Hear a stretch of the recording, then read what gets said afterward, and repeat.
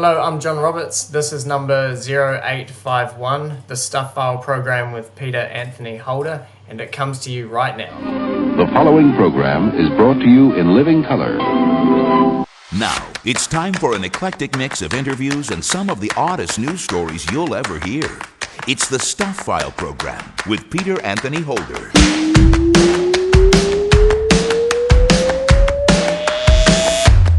Hey there, hi there, ho there! Peter Anthony Holder here with you, and yes, this is indeed another edition of the Stuff File program, number 0851. And coming up on this edition of the Stuff File program, you'll meet Glen Swanson, who is the author of Inspired Enterprise: How NASA, the Smithsonian, and the aerospace community helped launch Star Trek. Well, a lot, of course, has been written about how Star Trek has influenced other individuals, astronauts, engineers. But one of the things that I found lacking was that there hasn't been a whole lot written about what inspired Star Trek. I've always been a big Star Trek fan, and I was fascinated by what were the agencies and individuals that motivated Gene Roddenberry to create that fantastic show, which went on to become an amazing franchise. Claude Haggerty is known as the Super Sponsorship Man, who helps primarily performers to get sponsorships. He was originally a performer himself, and he got sponsorship because he needed it to survive. I stuttered most of my life. I grew up in 4 foster homes. I had big dreams of becoming a magician. And for me to fulfill my dreams, it would cost hundreds of thousands of dollars in equipment. And I leveraged sponsorships to not only fund my show, but to generate a couple $100,000 per year in additional income, allowing me the freedom to perform whenever I wanted, with whoever I wanted, because my client's budget was no longer a concern. Stuart Nulman is in with another edition of Book Banter. Hi, I'm Stuart Nulman, your elf on the bookshelf, as I recommend 4 books that should be on your holiday book gift and wish list.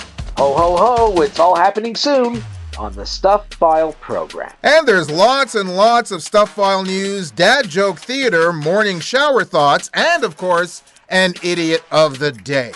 The guest later, the person who told you this was show number 0851, was John Roberts, the co-founder and director of Muttley's Estate, the New Zealand makers of wine for pets.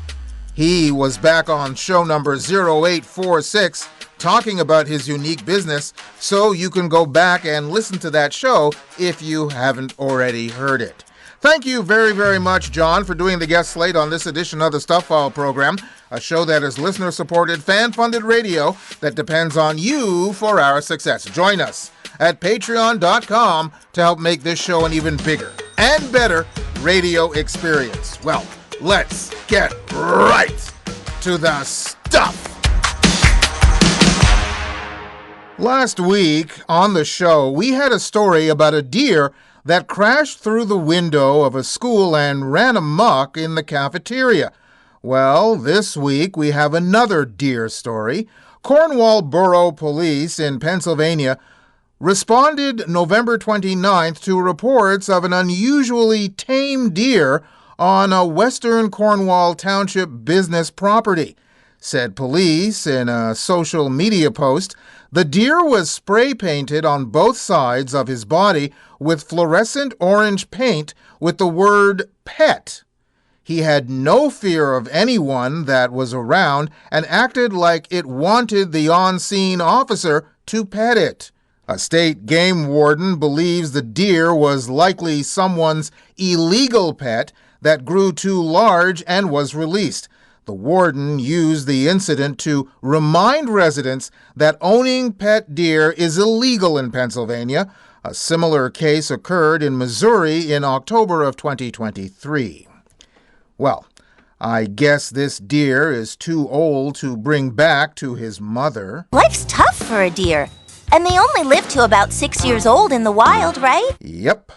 Although, maybe that's one more reason to reunite it with his mother. I mean, perhaps you can coordinate where it might have originated from. And maybe, just maybe, that will bring us back to Joe. Ozzy, a French Mastiff and Bull Mastiff mix from Oklahoma, has earned the Guinness World Record for longest tongue on a living dog. The tongue, belonging to Angela Pick's family pet, measures 7.83 inches long, surpassing the previous record held by Rocky from Bloomington, Illinois, whose tongue measured 5.46 inches back in 2023. Pick told Guinness World Records that Ozzy has always had a tongue that sticks out of his mouth ever since he was born. She went on to say, "There's nothing medically wrong with him. We've had it looked at a couple times by a veterinarian, and there's no dental issues, and there's nothing. It's just abnormally, awkwardly long." Despite his record-breaking tongue size, Pick notes that Ozzy doesn't really lick a whole lot and doesn't give kisses. He gets in your face and kind of loves and rubs noses, but he doesn't really lick on a lot of stuff. Oh, there are so many jokes I could tell here, yet so many broadcast rules that prevent them.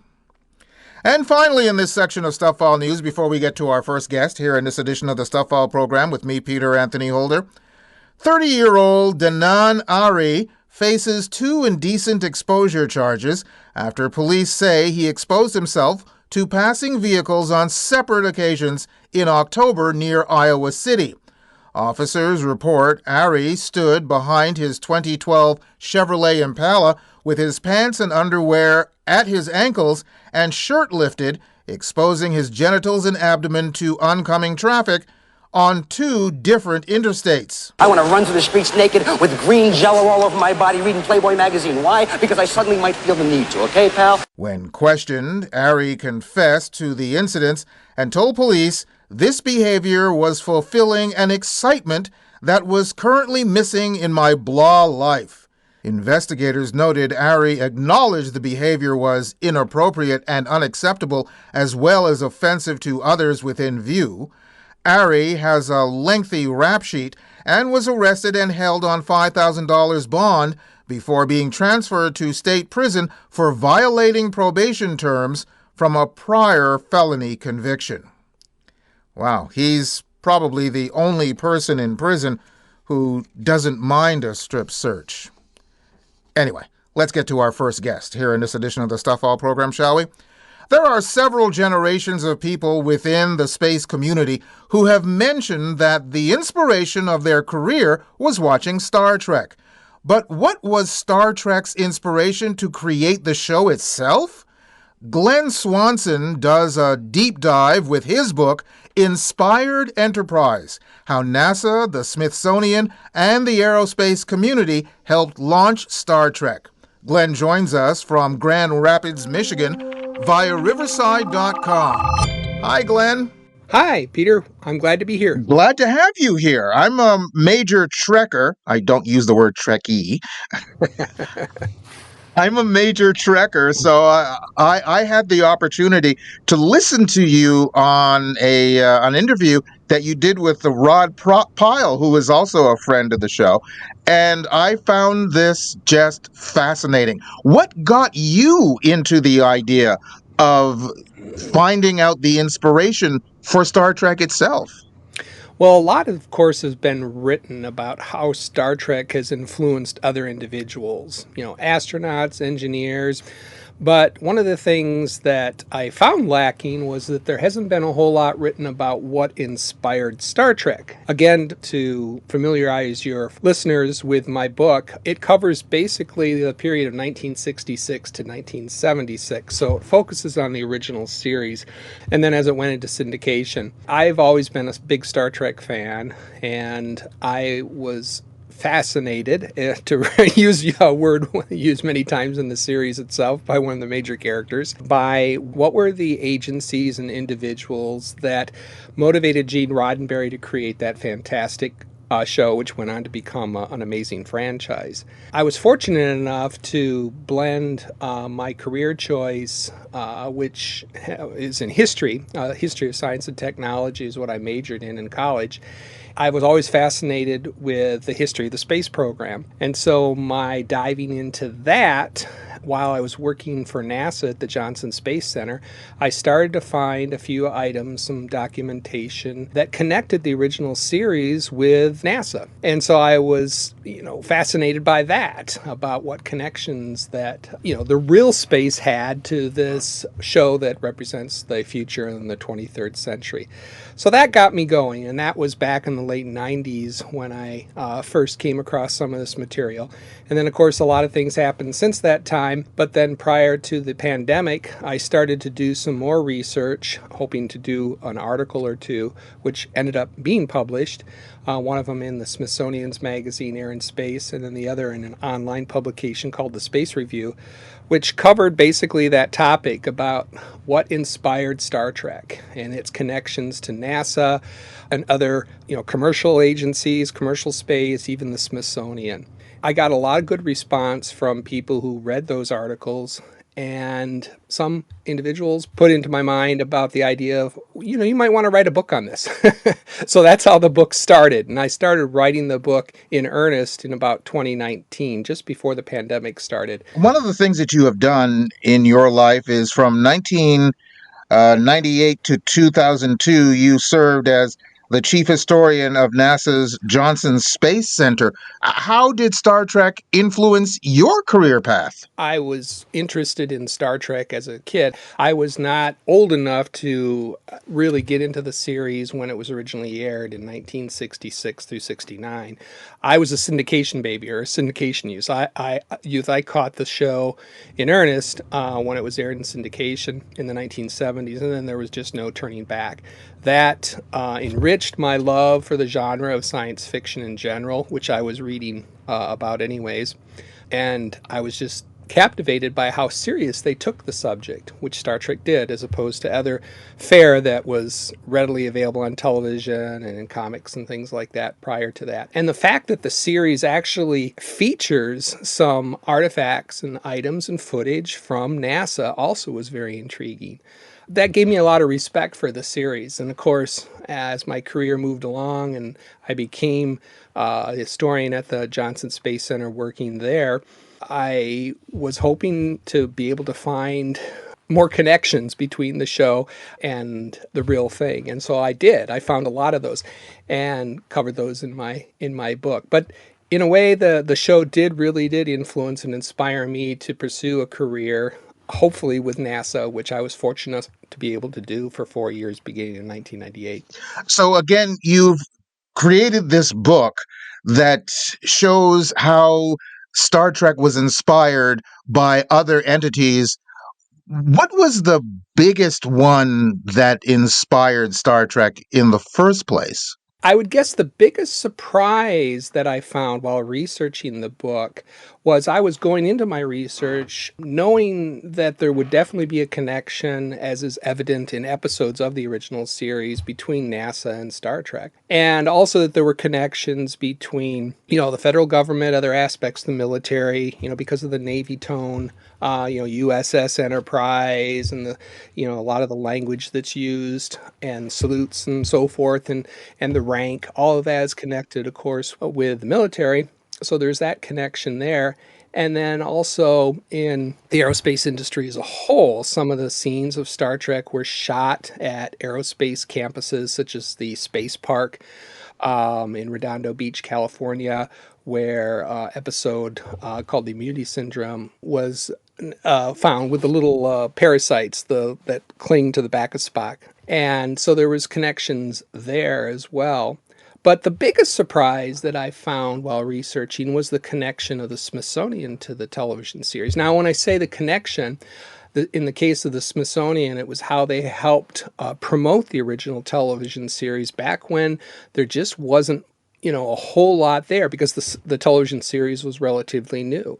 And they recognized the show, beginning as early as 1967 during the first season, when they asked the Smithsonian for a copy of the pilot to be able to have that be entered and belonging to the collections of the Smithsonian. That was a huge thing at that time. Without going into a whole lot of details, that surprised me, that connection. Of course, that connection is mentioned in The Making of Star Trek, which is Stephen Whitfield's book that came out in 1968 when it was first printed, that talked about Star Trek. But I found more paperwork and photographs and other connections about that story that I reveal in my book. Readers of my book will be able to explore that. So that turned out to be the biggest surprise, was the connections and the support that the Smithsonian had early on with the original series, which lasts to this day, because as some of your listeners, I'm sure, have visited the Air and Space Museum in Washington, and they have seen the 11-foot production model front and center, sharing floor space with, space fact vehicles and spacecraft right there in the museum, which is just an amazing sight to this day to see. I always get tickled when I see it. Speaking of models and speaking of Star Trek itself, one of the things that you noticed in the intro was the fact that it was a 5-year mission. And of course, the television show never got a 5-year mission. They were actually surprised that they even got a 3-year mission, because there was the opportunity for the show to be canceled early on, if in the first season, if not after the first season. But I understand that a model company kind of came to the rescue. Well, yeah, that's another player in my book that is a substantial chapter where I uncovered more information about the connections with the models that Star Trek that were put out early on. And this was by AMT, which was an aluminum model toy company. Being from Michigan here, and of course, you're fairly close to the Great Lakes state as well, there in Canada, I was drawn to Michigan's connections to Star Trek, and one of their biggest ones is that they were home to AMT models, one of the largest manufacturers of injection molded plastic model kits of cars based in Troy, Michigan. They've since moved on, been acquired by others, and now Round 2 has a license to produce their kits. But I was really curious about their early connections, and AMT, just as Star Trek began airing in September of 1966, they negotiated a contract with the studio to produce a model kit of the Enterprise, a little 18-inch plastic model kit, which I'm sure many of your listeners, especially the older ones, have put together at one time. Maybe the younger ones as well, because the kit is still being produced. It never really went out of production. That thing just took off like lightning. It was an amazing bestseller. They sold over 1 million kits within the first year when the model kit first appeared on store shelves, beginning in the summer of 1967. And it was a big gamble. Even industry insiders, as I found, perusing through documentation and, archives and libraries and so forth, it was a gamble. A lot of people said, why the heck are they doing this? This is an unproven show. AMT has never produced, prior to this, a model kit of anything relating to space. They were a car kit manufacturer, a few aircraft kits, but this was way out, really way out of their field. So they took a gamble. And of course, in exchange for producing the kit, we as fans of Star Trek got the Galileo, the shuttlecraft, because the series was always cash trapped, as new television series are. And so in exchange for producing that model kit, AMT funded the production of the miniature filming model. I think it's a 22-inch model of the shuttlecraft that we see in the Galileo 7 and other episodes of the original series. And then they also funded the large studio shuttle that we see in the episode Galileo 7, where they crash, land on the planet, and they're inside, and those giant fur cavemen-like creatures attack the shuttlecraft. And then, of course, the hangar bay, someplace where the shuttlecraft has to go and leave when it's aboard the Enterprise. So all those things were given in exchange for that model kit. It was just an amazing kit because, back in the day in 1967, there wasn't a lot of items out there to feed one's fandom like we have today. So when this model came out, and it was lit, I might add, it was just a big seller. And AMT, based on the success of that kit, they produced another kit, which was the Klingon ship, the bad guys ship. The Klingons, of course, were, the main characters, the enemy of the Federation. They were talked about early on, but viewers never saw their spaceship. And so in 1968, the beginning of the 3rd season of Star Trek, AMT negotiated again. They knew that they could lightning could strike again twice by producing a model kit of the Klingon ship. in exchange for producing a filming miniature of the Klingon ship so that viewers now could actually see the bad guys' ship on their televisions. So that's what they did. And that kit was a big seller as well. That started to hit toy shelves beginning in the summer of 1968, I think it was, or 69 when the model kit started to appear.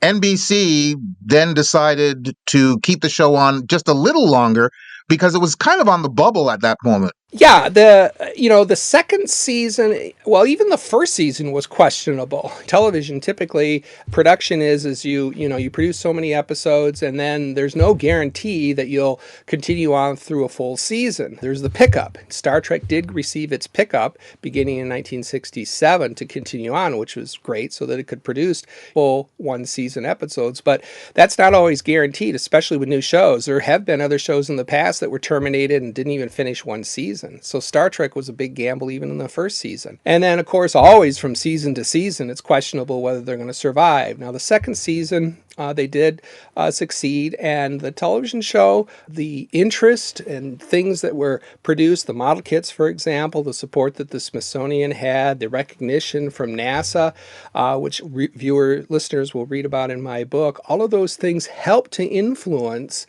the decision to continue the show into the second season, and certainly in the third season. Now, the third season, of course, fans will recall, or maybe they participated, or they certainly read about how fans themselves took it upon themselves to organize themselves through a letter writing campaign to encourage the studio executives to continue the series for a third season. And that, of course, letter writing campaign was successful.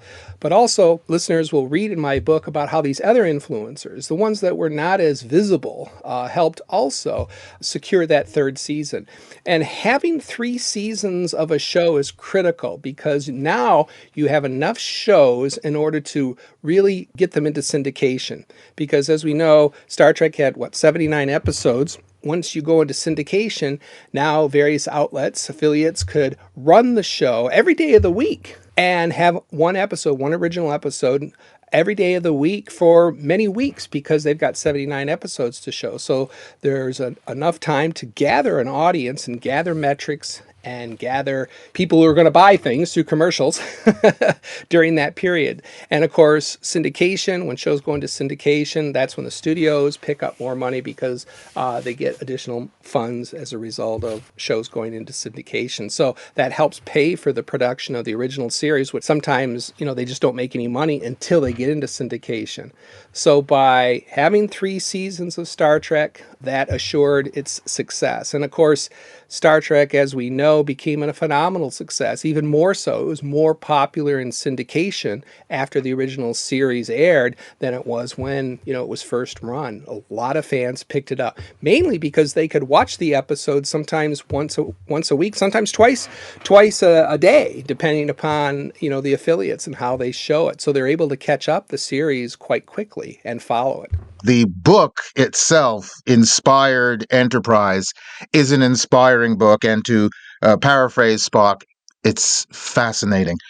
Glenn, thank you very, very much for taking the time to be on the program with us. Oh, you're more than welcome. Thank you for having me. Glen Swanson, author of Inspired Enterprise, How NASA, the Smithsonian, and the Aerospace Community Helped Launch Star Trek. You can go to our website at thestufffile.com, check out the show number for this program, which is show number 0851, and you'll find the link to Glen's website, plus links to either Amazon.com or Amazon.ca, where you can order his book directly. You're listening to the Stuff File program with me, Peter Anthony Holder. And now, Dad Joke Theater. If a bee couldn't make up his mind, what do you call him? A maybe. Join us again for another Stuff File program, Dad Joke Theater. There's still more guests, more news, and an idiot of the day coming your way on the Stuff File program. Stay tuned. The Stuff File program is a listener-supported, fan-funded radio show that depends on you for our success. Join us at patreon.com to help make this show an even bigger and better radio experience. Sign up and find out about our rewards program. Being a patron doesn't have to be a long-term commitment. There's absolutely no obligation. You could join today and end whenever you'd like. But the time we have your support would be so greatly appreciated. We'd also love to hear your thoughts about the show and even your ideas for rewards. Join us for the ride. Join us at patreon.com/thestufffileprogram. I'm standing in awe and admiration for Canada. Hello, this is Peter Mansbridge. It's a reporter's duty to be unbiased, but I'm so proud of Canadians everywhere, standing united, buying Canadian products, supporting Canadian businesses, and our very way of life. Shop as if your country depends on it. Keep your money in Canada for Canada. You're listening to the Stuff File program. It's the choice of 4 out of 5 dentists. The 5th dentist also listens, but that's just because he follows the crowd. Here's Peter Anthony Holder. And still to come in the program, we'll talk to the super sponsorship man. Plus, Stuart Nulman is along with another edition of Book Banter. We also have a morning shower thought and, of course, an idiot of the day and much more in Stuff File News right here, right now. The Perfect Bean Cafe in Richmond, and by the way, Perfect Bean is spelled P-U-R-R-F-E-C-T, has temporarily shut down following major flooding caused by a cat named Roller. According to the cafe, flooding resulted from what they called a series of freak accidents involving Roller, a towel, and a sink. Water from the upstairs cat lounge leaked into the downstairs cafe area. All cats remained safe during the incident, with some reportedly enjoying splashing around in the water. The felines are currently staying with previous foster families while damage is assessed. The Perfect Bean opened in August. Owners expect the closure to last at least 1 week, possibly several weeks. Okay, listeners to the show already know how I feel about cats. I hope the authorities cross-reference each and every cat alibi. Because cats are evil, little pieces of evil, plotting against mankind. And finally, in this section of Stuff File News, before we get to our next guest here in this edition of the Stuff File program with me, Peter Anthony Holder, a 32-year-old New Zealand man faces theft charges after allegedly swallowing a valuable Fabergé pendant at an Auckland jewelry store on December the 5th. Police say the suspect entered Partridge Jewelers, grabbed a Fabergé 007 Special Edition Octopussy Egg Surprise locket worth nearly $22,000 and swallowed it. So you are the mysterious Octopussy. And you are James Bond, 007 licensed to kill. By the way, I've watched all the movies and read all of the books, and I still don't know how they got away with that film title back in 1983. Anyway, officers arrested the thief within minutes. Police had been monitoring the suspect's every bowel movement, and apparently they eventually struck gold. The luxury item features 18-karat yellow gold with green guilloche enamel, 60 white diamonds, and 15 blue sapphires. Inside sits a miniature 18-karat gold octopus with black diamond eyes, referring to the James Bond film Octopussy. Medical intervention was not required. Man, that must have been painful to pass. You have a nasty habit of surviving. Well, you know what they say about the fittest? The suspect also faces charges of stealing an iPad from the same store in November and cat litter plus flea treatment valued at $65 from a private residence. Oh, now it makes sense. Somewhere out there is a cat who is the mastermind of all of this. Again, little pieces of evil plotting against mankind. We're trying to take over the world! Cats rule! Anyway, let's get to our next guest here in this edition of the Stuff File program, shall we? Claude Haggerty is known as the super sponsorship man. What does that mean? Well, he helps entertainers, authors, racing teams, and the like find millions in sponsorship for their events and shows. To share his unique business, Claude joins us from St. Catharines, Ontario via riverside.com. Hi, Claude. Hey, Peter. Thanks for having me on the show. Thanks for being on the show. So how did this business start for you? Because I understand that you started out as an entertainer yourself. Yes, Peter. I stuttered most of my life. I grew up in 4 foster homes. I had big dreams of becoming a magician. And for me to fulfill my dreams, it would cost hundreds of thousands of dollars in equipment. And I leveraged sponsorships to not only fund my show, but to generate a couple $100,000 per year in additional income, allowing me the freedom to perform whenever I wanted, with whoever I wanted, because my client's budget was no longer a concern. When you started your business as a super sponsorship man, was there anybody else in that particular business? Because it seems kind of unique. I didn't know of any other entertainer who were leveraging these concepts. One of my challenges was I traveled with big cats. I had lions and tigers and jaguars in my shows.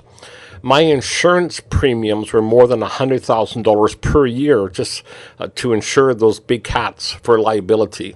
So I was kind of forced into sponsorships. I had to create additional income streams so that I could fund my performance. As you said, you didn't know anybody before you started doing this. So how did you, in essence, create an industry for yourself? Well, I tell you, it wasn't easy, Peter. My first sponsor deal, I walked into a business in 1980. I was about 20 years of age. I tried to ask for $100, but because I stuttered, when he asked me how much, I said I could do this for $400. And he says, young man, that took a lot of courage for you to come in here, present it to me. I know that speaking is not your forte. I'm going to give you exactly what you asked for. He made the check out for $400. That was my first sponsor deal right there.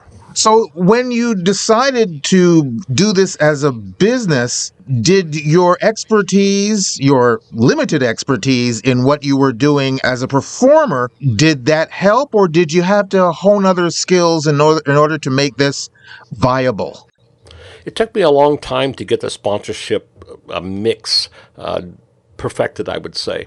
One of the things that I did is I partnered with nonprofit groups all over Canada, helping them to raise funds and awareness for their cause. So when I traveled from city to city, because my main focus was helping food banks, helping Boys and Girls Clubs, helping service clubs, helping local fire departments raise funds and awareness, local businesses wanted to partner with me to make good things happen.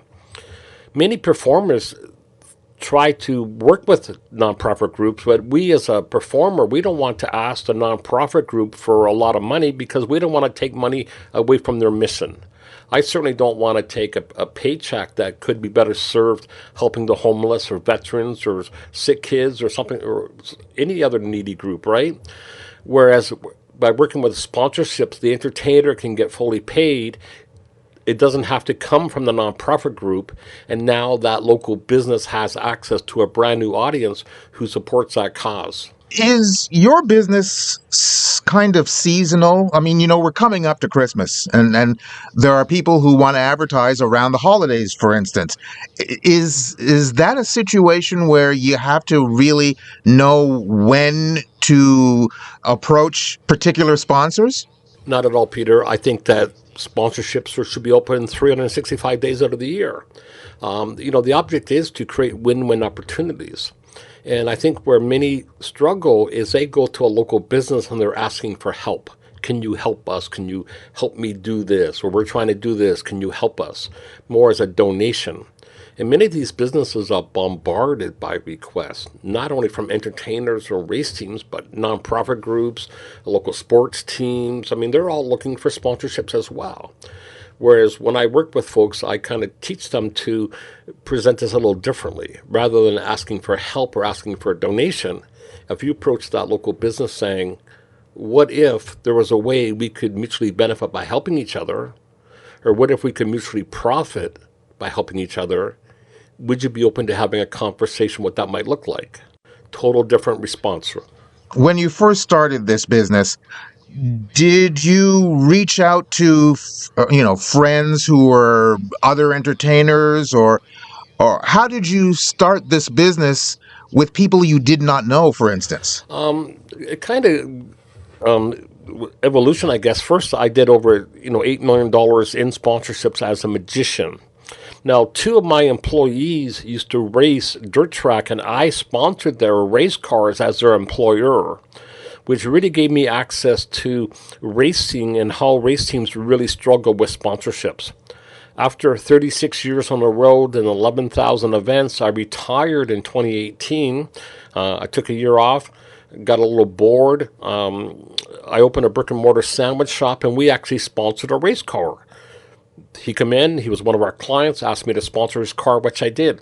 In 2019, there was a tragic fire where 9 race teams lost everything with a bad explosion, and the car I sponsored was one of them. And being 2019, COVID was just coming up, and nobody would sponsor race cars because of the pandemic. We didn't know how this was going to affect racing. So I helped my friend land 21 sponsors during COVID. And I did that because I was his sponsor, and he lost everything in a fire. He went on a podcast, mentioned my name, that I helped him land 21 sponsors in 6 weeks, which is unheard of. He mentioned my name on the podcast, and a few more race teams reached out, asked if I could help them. So I helped a few more and a few more. In 2024, I took 100 race teams. I put them in a Facebook group. I helped them for 6 weeks. And in 6 weeks, we generated $1.8 million in sponsorships in 6 weeks. So I certainly knew I was onto something. I wrote a book, and now I help entertainers and race teams and nonprofit groups all over the world. You have been on both sides of this sponsorship game, as it were. So does that give you an advantage? I mean, you're getting sponsors for entertainers, authors, race teams, and the like. But as you mentioned earlier, you also were a sponsor of a race team. So does that give you an advantage in tackling the idea of getting someone to become a sponsor for one of your clients? 1,000,000%, because it's always nice to know both sides of the story and what they need and what they want. I think where many folks struggle in racing and entertainers, they make up these generic proposals and they send it out by email to total strangers, and they don't get any response back. Well, think about it. When was the last time a total stranger emailed you and said, hey, you don't know me and I don't know you, but if you send me 5,000 American dollars, when I get my gold out of these hills, I'm going to make you a millionaire? How many times did you just fire off that check? Never, because you did not know them, like them, or trust them.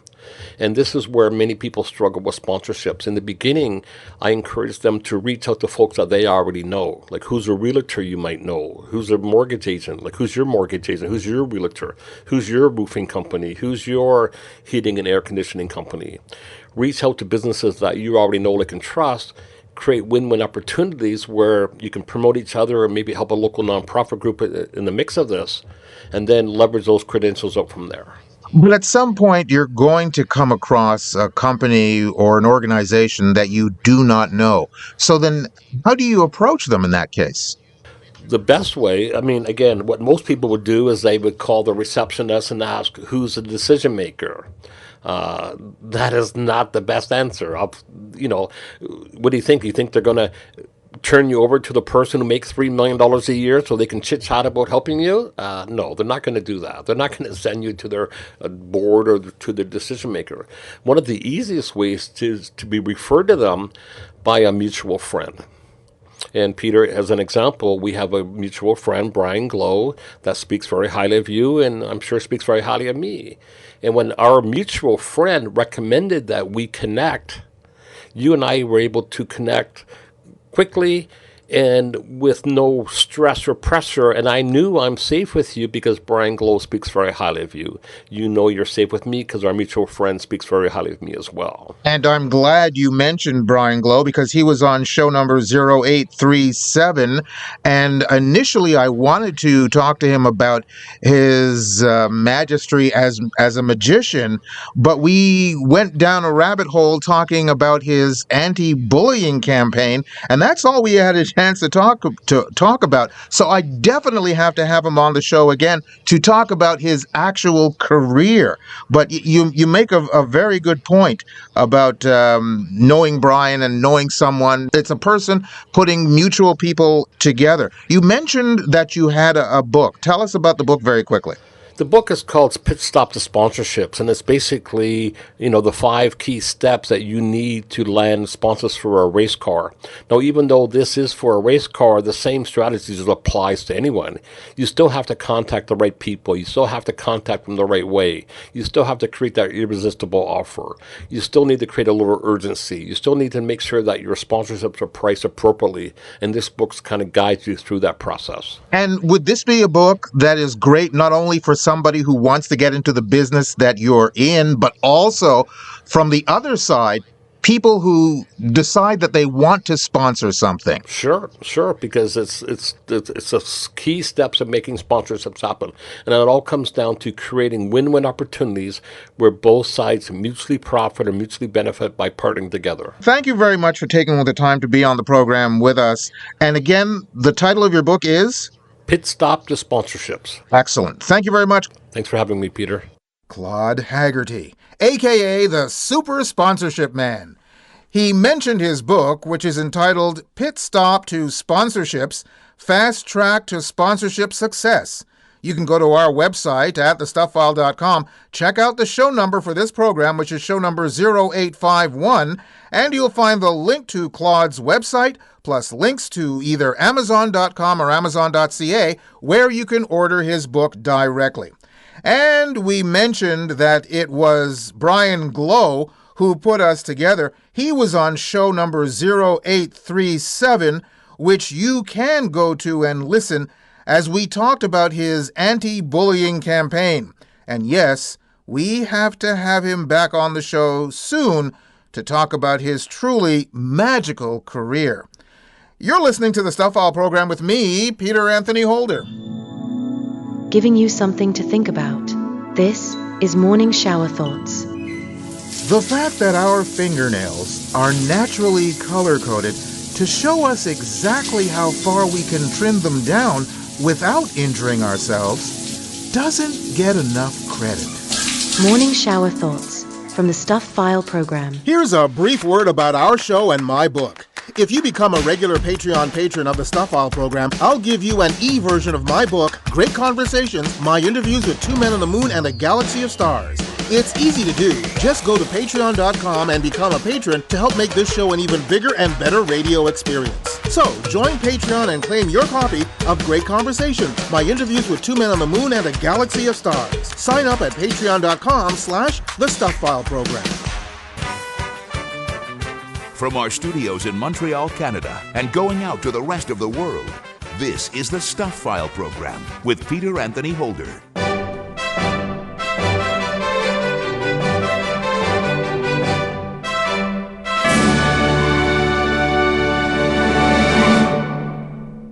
It's time to crack a spine. The Stuff File presents Book Banter with Stuart Nulman.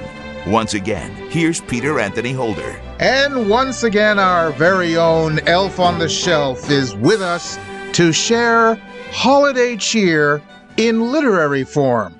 Hello, Stu. Hello, Peter, and I think you could call me, from here on in, the elf on the bookshelf. Yes, the elf on the bookshelf. Absolutely. Yeah, and you know what? I found out that the elf on the shelf thing is a pretty recent phenomenon. This year, the elf marks its 20th anniversary.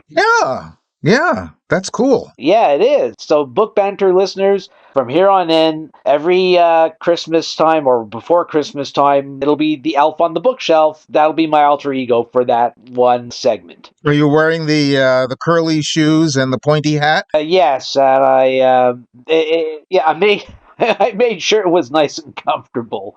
None of those tight-fitting kind of get-ups.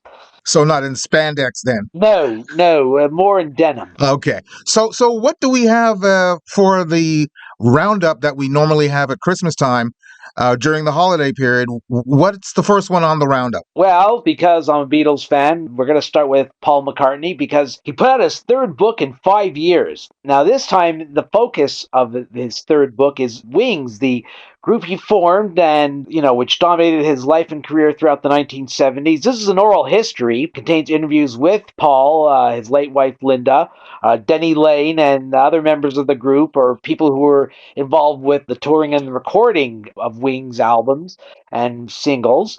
It's a fascinating behind the scenes and behind the music look at how Paul emerged from the ashes of the Beatles' breakup to spend a decade just finding his own voice and his own music persona away from that. I mean, look at the output that he had during that 10-year period. I mean, look, Band on the Run, Live and Let Die, the album Venus and Mars, Leatherman, even for Christmas, Wonderful Christmas Time was done during the Wings period of the 70s. So for all you Beatles and Sir Paul fans, another fine addition to your book collection. It's called Wings, The Story of a Band on the Run by Sir Paul McCartney. It's published by Live Right, and it's $60. I have to admit that even though I do like Christmas music, and I like pop Christmas music at that, and I like Wings, by the way. Yeah. But I find that Wonderful Christmas Time is one of the weakest pop tunes that ever came about for the holiday period. One of the weakest. And I'm not saying that it's bad. No, it's just one of the weakest. Well, if you compare it to John Lennon's Happy Xmas War is Over, I can understand that. But I'm also comparing it to the fact that there's a certain standard that a Paul McCartney song has, and this one doesn't have it. As far as so not only do I consider it one of the weakest Christmas songs, it's the weakest Paul McCartney song. Although you haven't mentioned his theme song to Spies Like Us. well, let me put it this way. Yeah. Weakest hit songs. All right.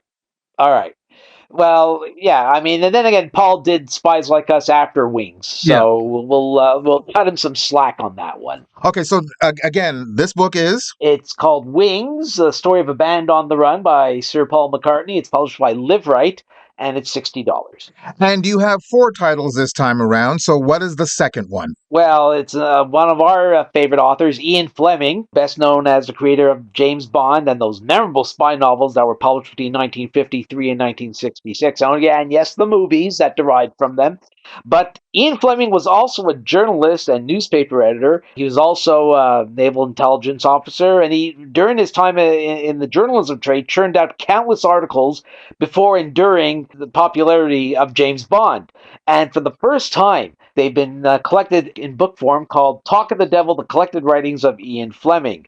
This collection is very impressive. It shows his sophisticated writing style that showed up in the Bond novels. His writing was so good that even he made a mundane topic about explaining the news service that he wrote for back in the 50s to new employees, made that mundane thing such a fascinating read. And one of my favorite articles in the book is an article he wrote for Sports Illustrated in 1962 about the guns of James Bond and more or less the correspondence he had with arms expert Jeffrey Boothroyd, who recommended during this exchange of letters that Bond should ditch the Beretta pistol and in favor of the Walter PPK, which happened eventually in the book Dr. No. And as a way of thanking him, he made Jeffrey Boothroyd the character of M, the armorer. You meant not M, but Q.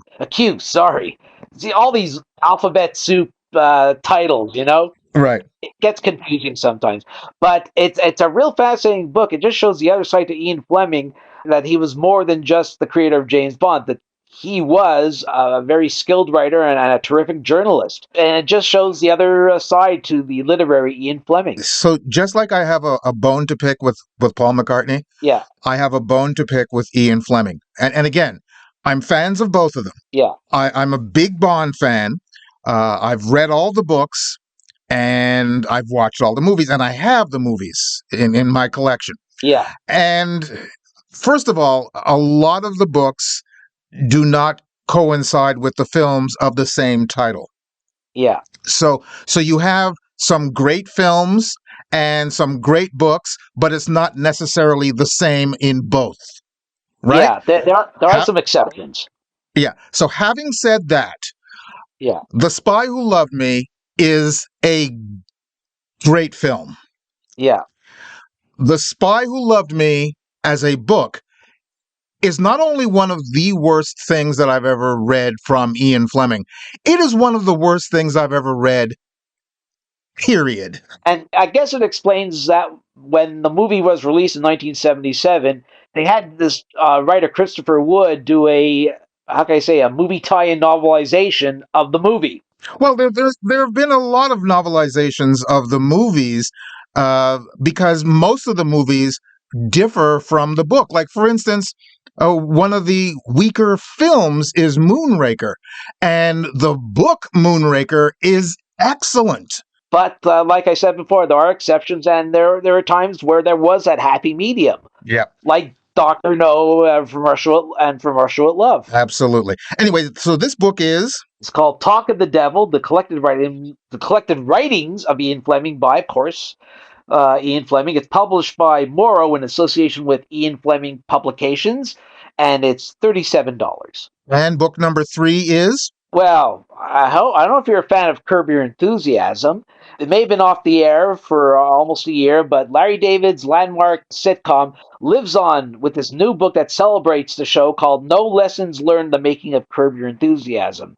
It deals with a lot of topics in this wonderful coffee table book that's lavishly illustrated. Of course, they start with Larry David's background story, and when you see the first picture, which is him, a publicity still when he was part of the cast of Fridays, how this schmo turned around to write Seinfeld and create it, and then, in turn, create this very wonderful sitcom. There's an episode guide, there's a tribute to the guest stars, memorial to the 3 cast members who were no longer with us, which are Bob Einstein, Shelley Berman, and, of course, Richard Lewis. Some of the best foot and mouth moments, which is titled Sacred and Profane Collide. My favorite one was The Survivor, with Kobe Donaldson from Survivor Australia arguing with Shelley Berman's friend, who was a Holocaust survivor, which is a classic moment. And Susie's epic takedowns, when Susie Essman always scummed Larry out, which when I read them, it still made me laugh out loud. Like, what an angry person.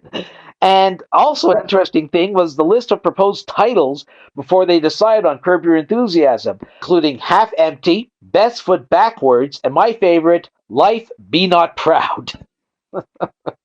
This was an ultimate book for ultimate fans of Curb Your Enthusiasm. It's pretty good, to quote Larry David, and then some. And the book title again is? It's called No Lessons Learned: The Making of Curb Your Enthusiasm by Larry David and Company, published by Black Dog and Leventhal Publishers, and it's $51. And we're running out of time so quickly. What is the 4th book? Well, it's a Montreal young adult author. Her name is Monique Polak. She's a prolific writer. Her latest book deals with an uneasy family dynamic during what's supposed to be a joyous family occasion. It's called Christmas Weekend. It's about 2 teenagers, Jeffrey and Angela, who spend Christmas weekend with their father in their Lower Laurentian cottage. But the thing is that he's brought another guest, his latest girlfriend named Rebecca, and they try and make Rebecca's life so miserable during this weekend. But what happens is an unexpected rainfall happens, and which washes out not only the road nearby, but the nearby bridge. So they're kind of stuck for a while. We'll see what will be, like I say, Jeffrey and Angela's campaign to make Rebecca's Christmas weekend miserable, or will something happen that maybe will put them in a bonding moment? I read it, and it's almost like this could be a future Hallmark Channel movie. Most likely. And again, this book is? It's called Christmas Weekend by Monique Polak. It's published by Ruel in association with Linda Leaf Publishing, and it's $16.95 in paperback. Well, thank you very much, Stuart, for being once again the elf on the bookshelf. And since this is the last book banter for the year, Best of the holiday season to you, and Happy New Year. Well, thank you, Peter. It's been a great year. And before the bookshelf that I'm sitting on collapses, not because of my weight, but because of all those books that I've read and reviewed over the past year, I want to wish you all the best for this holiday season, and till we get back together in 26. Thank you very much, Stu. You're welcome, Peter. Merry Christmas. Stuart Nulman with another edition of Book Banter here on the Stuff File program with me, Peter Anthony Holder.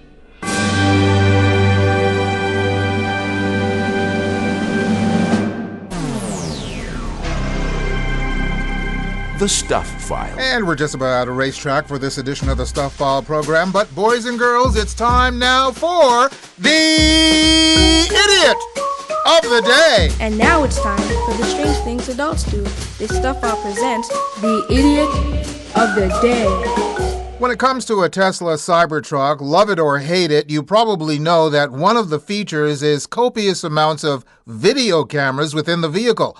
So you probably already know where this story is going. 26-year-old Rochelle Valdivia from St. Petersburg, Florida, is accused of stealing a Cybertruck while on a test drive and causing approximately $20,000 in damages to the vehicle. On November 17th, Valdivia agreed to test drive a 2025 Cybertruck for 30 minutes from the dealership. He never returned the vehicle, instead keeping it for 2 days. On November 19th, an assistant manager at the Tesla dealership found the stolen Cybertruck at Valdivia's home. It had been seriously damaged, and the dealer tag was gone. Damage included a smashed rear-view mirror, a missing GPS monitor, and a detached sun visor on the driver's side. The front fender flares were partially torn off. Small rocks and a pair of men's underwear were found inside the flares. The assistant manager was able to get video footage from the Cybertruck, which showed Valdivia striking the rearview mirror multiple times, destroying the rearview camera and shattering the mirror's glass. Valdivia was arrested and faces charges of grand theft of a motor vehicle and criminal mischief. Now, why, oh why, would you steal what is arguably the most standout, recognizable, famous, or infamous vehicle on the road today, which you had to have known about all of its camera features, vandalize it, keep it for 2 days when your test drive was only 30 minutes, and park it in front of your house? One reason, and one reason only. You're an idiot! Gee, I'm only a kid, but even I know you're an idiot. And that's it for this edition of the Stuff File program, number 0851. Hope you enjoyed it. The website is thestufffile.com. And once again, Stuff is spelled S-T-U-P-H, where you'll find information and links on all of our guests by going to the weekly Stuff File page. Just look for the corresponding program number, and once again, that's 0851. Email me at peter@thestufffile.com. You can also find me on Facebook, Spoutable, Mastodon, and Blue Sky as PA Holder. Check us out on patreon.com, where you can become a patron of the program. Hope to see you back here for our next show on the air, online, or as a download. We're coming to you from everywhere, including KDXRadio.com, over the air on World FM in New Zealand, WNRHLP-FM in Newport Richey, Florida, KZZHLP-FM in Eureka, California, CKUW-FM in Winnipeg, CFMU in Hamilton, CKLU in Sudbury, Local 107.3 FM in St. John, CHSR in Fredericton, and also streaming on just about any streaming service your little heart desires. That's it. Bye-bye. Sir Dudley here. You've been listening to the Stuff File program with Peter Anthony Holder, a presentation of Flying Fish Communications. There are some people who still debate who the best cinematic Spider-Man is. Some people are adamant about the first one. It's a case of Toby or not Toby. That is the question.